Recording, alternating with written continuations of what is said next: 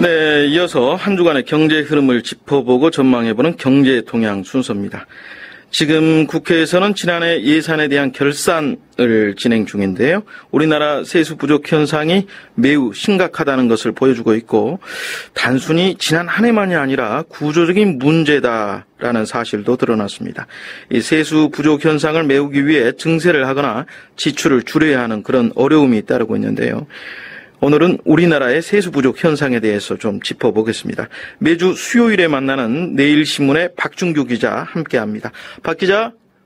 네, 안녕하세요. 네, 반갑습니다. 네, 지난해 세수가 부족해서 계획했던 사업을 하지 못한 불용액이 무려 18조 원에 달한다면서요? 예, 그렇습니다. 18조 원이라고 하면 청취하시는 분들 입장에서는 이게 많은 것인지 또 적은 것인지 아직 감이 잘 안 잡힐 수도 있을 텐데요. 네. 2012년 불용액은 5조 7,221억 원이었습니다. 네. 그러니까 매년 한 5조 원 내외 정도가 불가피하게 불용이 생기는 겁니다. 네. 그런데 지난해에는 유독 평상시에 3배가 넘는 18조 원 이상이 불용으로 나타난 겁니다. 네. 상당히 많이 나타난 거고요. 네. 이렇게 많이 불용이 된 것은 세수가 안 거쳤기 때문입니다. 네. 이 세수가 예상보다 덜 들어오게 되니까 네. 의도적으로 정부는 이 돈을 쓰지 않는 겁니다. 뭐 더 솔직히 얘기하면 쓰고 싶어도 쓸 수가 없었던 거죠. 네. 이렇게 불용을 많이 하게 되면요, 경기에는 악영향을 줄 수밖에 없는 거 아니겠어요?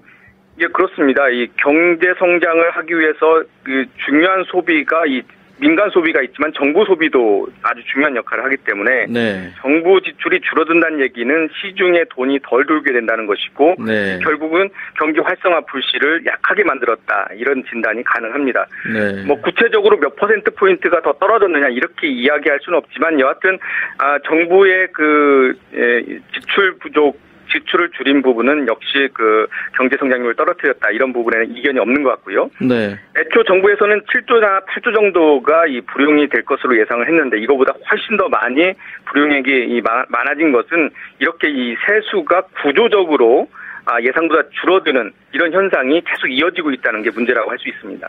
보면 지난해도 이 추가 경정 예산안을 편성하지 않았습니까? 그래서 세수 부족분도 메우고 또 이 경기 부양을 위한 재원도 확보를 했는데 이게 결국엔 허사가 된 그런 모양새가 돼버렸네요. 예, 그렇습니다. 결국 정부가 잘못 판단했다, 이렇게 볼 수 있을 텐데요. 네.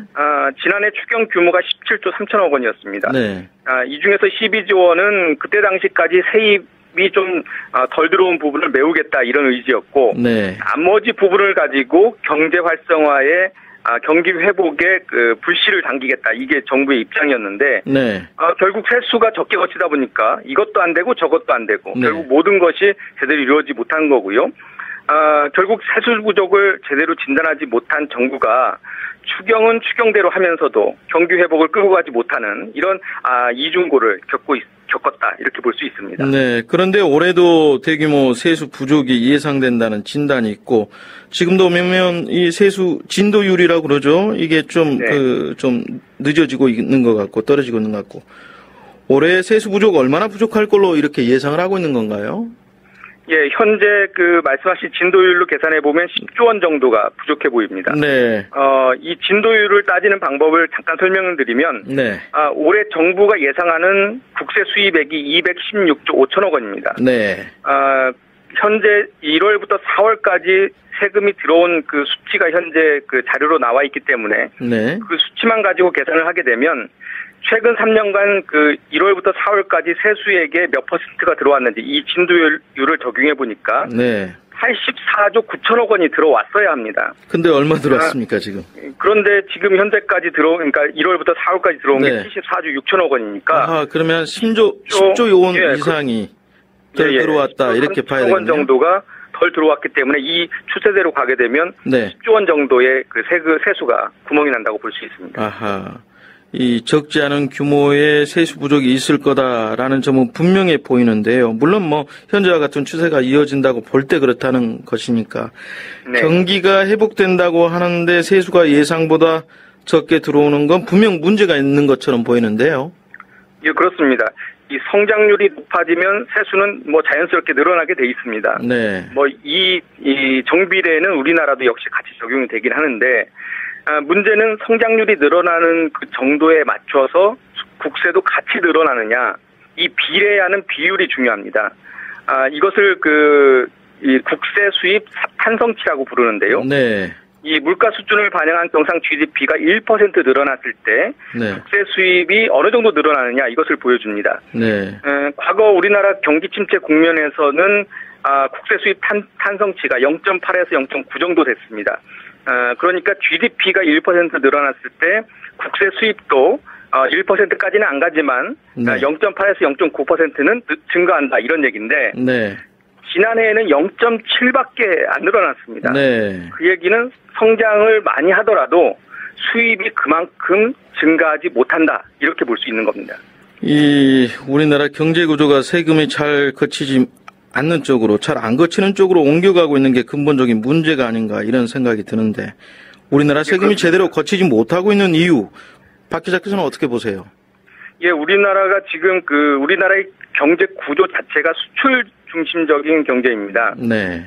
그렇다면 수출 기업에 대한 의존도가 상당히 높다는 거고요. 네. 수출 기업의 이익이 늘어날 텐데, 문제는 수출 대기업들의 세금을 내는 그 비율이 상당히 떨어지고 있다는 겁니다. 네. 정부가 이제 수출을 진흥시키기 위해서 세제 혜택을 수출 기업들에 많이 주다 보니까 네. 주요 수출 대기업의 실효세율이 낮아지고 있습니다. 이 실효세율이라는 것은 각종 세제 혜택 등을 고려해서 실제로 납세자가 내는 비율인데, 네. 사실 이 실효세율은 내수 기업이 훨씬 더 높습니다. 네. 그렇기 때문에 우리나라와 같이 수출 기업 중심으로 돼 있는 상황에서는 이 세금이 덜 거칠 수밖에 없는 거죠. 네. 기업들이 벌어들인 이 이익이랄까요? 이게 개인들로 이렇게 옮겨가는 작용도 쉽지가 않아 보여요. 예, 그렇습니다. 기업이 이익을 많이 내게 되면 낙수 효과, 소위 트리클 다운 이펙트를 통해서 개인들의 소득도 늘어날 것으로 예상을 했는데, 네. 그러한 기대 때문에 또 이명박 정부부터 현 정부까지 대기업에 대한 감세 정책을 폭넓게 폭넓게 적용해 왔는데, 실제로 이 낙수 효과는 거의 나타나지 않고 있는 것으로 알려져 있습니다. 네. 보통 기업이 이익을 나면 그 직원들에게 충분히 보상을 해줘서 그 돈을 가지고 직원들이 소비를 많이 할 수 있도록 해주면 경제가 활성화될 텐데, 네. 뭐 다 알고 있다시피 기업들이 모두 다 이익을 유보해 놓고 있거든요. 네. 그렇다 보니까 이 돈이 돌지 않으면서 경제 성장도 잘 안 되고, 그러다 보니까 국세 수입도 줄어드는 그런 현상으로 이어지고 있는 상황입니다. 네.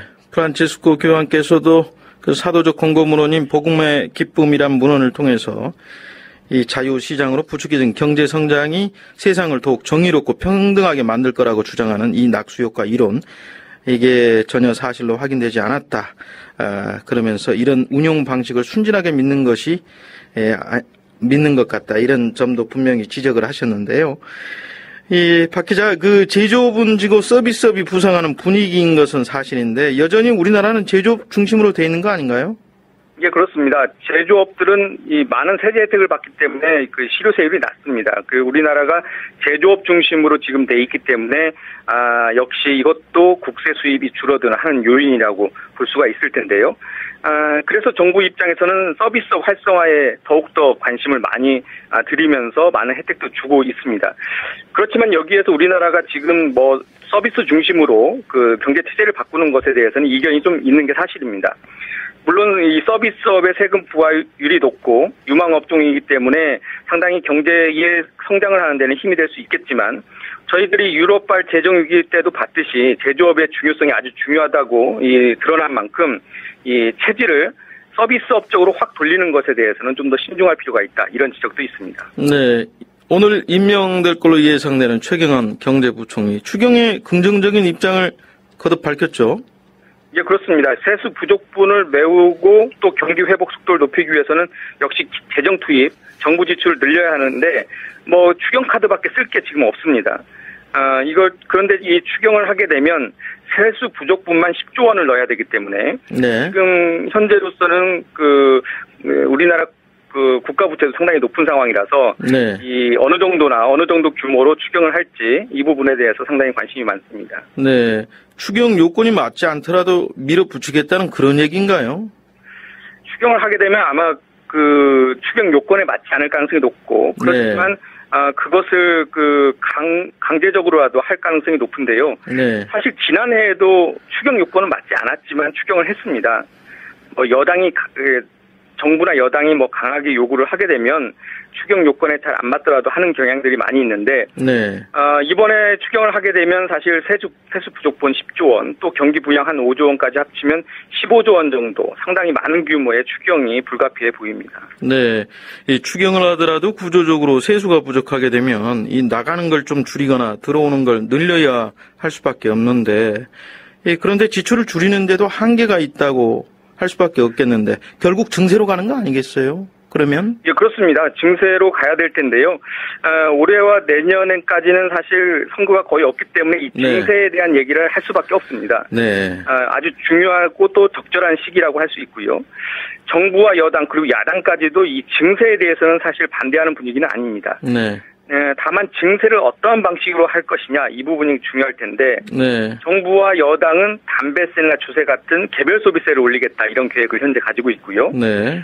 반면에 야당은 개별 소비세 당연히 올려야 하고 네. 이 법인세나 소득세 부분에서도 이 대기업 그리고 고소득자들의 세금 부담을 좀 늘려야 되는 게 아니냐 이런 의견을 가지고 있습니다. 네. 그래서 이 올해 8월부터 예년보다 좀 10일 정도 빠르게 예산 심사가 시작이 되는데요. 네, 다음 달부터 시작이 되네요. 네. 네.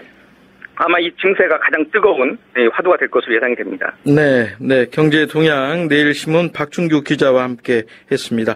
박 기자 감사합니다. 네, 감사합니다.